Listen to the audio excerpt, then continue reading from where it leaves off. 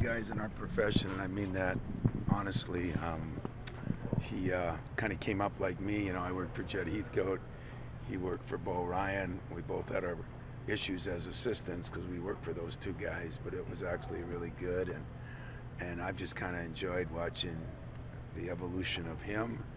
And then the cause, you know, I mean, can you get a better cause than Garding, as they say, against cancer? I mean, that's pretty cool. And we all know that we're all, you know, have unfortunately a chance to be stricken with it. So anything I can do to help them, which maybe someday will help me. I guess as college basketball coaches, you probably know better than anybody that these types of events are hard to bring together at this time of year, especially. I guess, like, can you speak to that and just how difficult your schedule is right now? It's a little harder with these new, how do I say it politely, idiotic rules. How polite is that? But you're right. It makes where the springs used to be the best time of the year. They're not. But this doesn't stop either, you know. So it's worth coming over last night, spend some time at his house, seeing some great donors, and then being around today.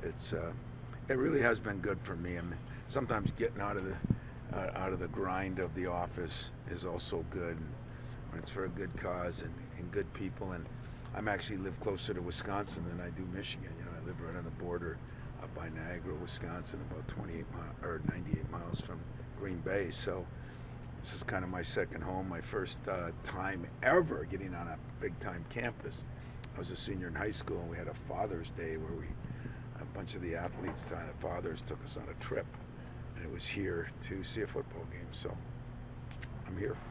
You mentioned working with Bo too. Do you have any favorite Bo Ryan stories or favorite moments that you want to share? I got a million of them. I mean, you know, he did a hell of a job. I mean, you know, Dick Bennett. I mean, when I've been here a long time, you know, that Final Four where we had to play those guys 4 times in 1 year, and then you know, Bo comes over to our place. We had a 53-game home winning streak, and he ended. What are you smirking for? You think that's funny? No, yeah, thanks a lot. You guys are supposed to be kind to me. We're in the off season, but you know, those were good. We had battles here, you know, but great respectful battles, and we played out actually where he is in California in the winter, and I called and talked to him two times ago, and I was supposed to go and be part of his deal at the Hall of Fame, and we played Northern Michigan up there in an exhibition game the same day, so I couldn't make it. How cool is it to be here at the Kohl Center and not competing against Coach Gard, but competing with him? Awesome. Finally, we're on the same team. I think we make a hell of a team, the two of us, and we're finally on the same team, and it's great. You know, I mean, this cause is special. You get what, 600-700 people here. I mean, how do you beat that? And you know, it's the one time where everybody's on the same team. I think all over the country we're all on the same team, because this is one foe we all want to defeat. And if we stick together, like we tell our teams every day, that's going to happen someday. Going down memory lane too, it's been 10 years since that Wisconsin Badgers team went to the Final Four. What thoughts, what memories do you have of that team you know, a decade ago and what they did?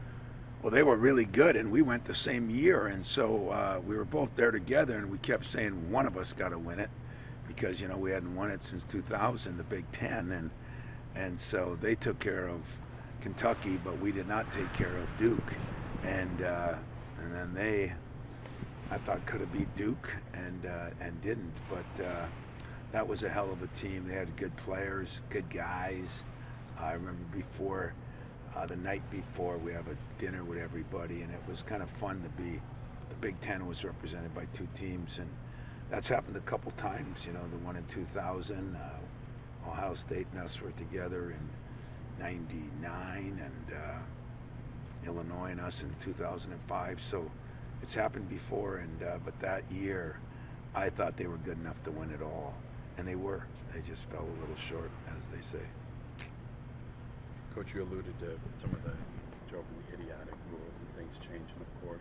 But what has kind of driven still your passion and dedication? It seems like from afar as high as ever right now. Yeah, I felt, you know, good last year, but insanity. I don't know.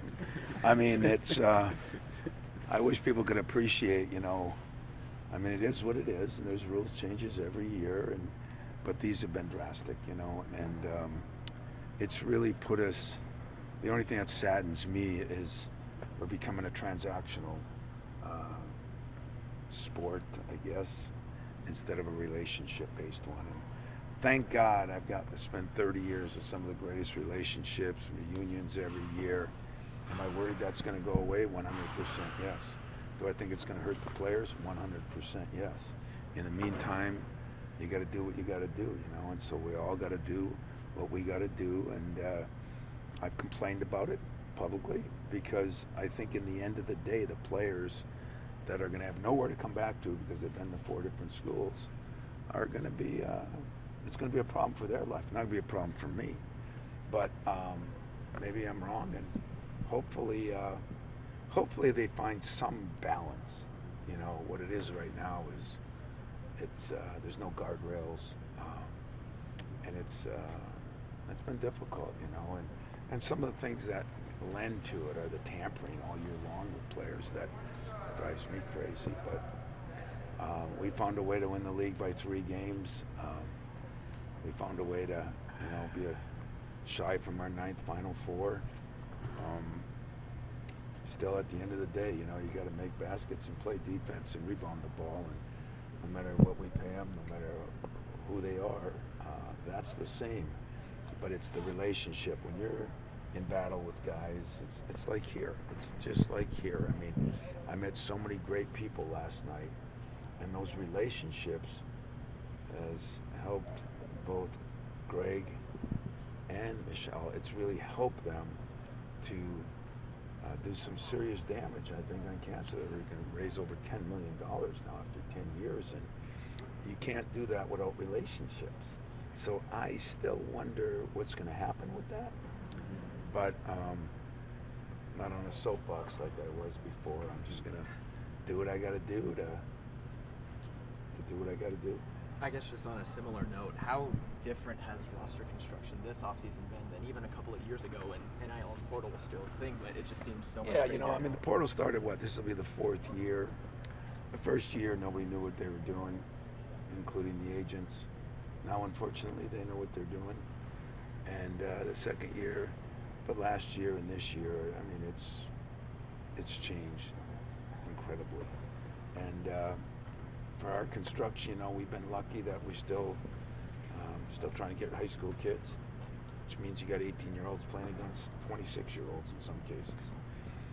We're still trying to, you know, recruit our players, maintain the players we got. And if we have to add 1 or 2 in the portal, that's what we have to do.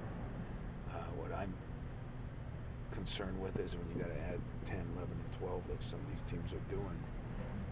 When that happens, sayonara. You know, it's just not what I'd sign up for. But in the meantime, I'm going to keep trying to do it the way I've done it. It's worked. We've won, I think, 4 championships in like 7, 8 years. So I'm going to try to keep it going. But I don't know. It's going to be more challenging. I promise you that. It's If you got possible there's If you got to wave like a magic wand, Last one, and then let's let Coach keep going. if Thanks. you got to wave a magic wand for the rules, you were in charge of everything. What are some of those like transfer and roster construction, portal stuff that you would change? Wow, you made me a hell of a lot more important than I am. But if that happened, I mean, I'm all for players making some money.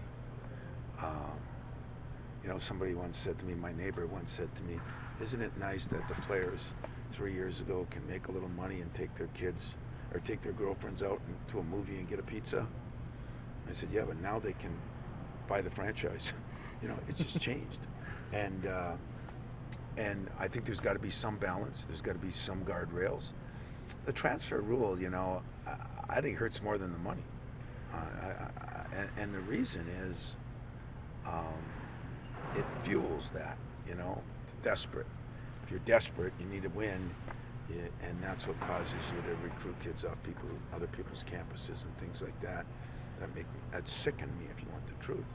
So, but I got to do what I got to do, and yet I think I'd get some balance on that, some guardrails in. I think, I mean, transferring as you know, you had a guy here that's 8 times in 8 years. I don't know if that's healthy for anybody. I don't believe it's healthy. If someone can prove me wrong, I'll jump in with you.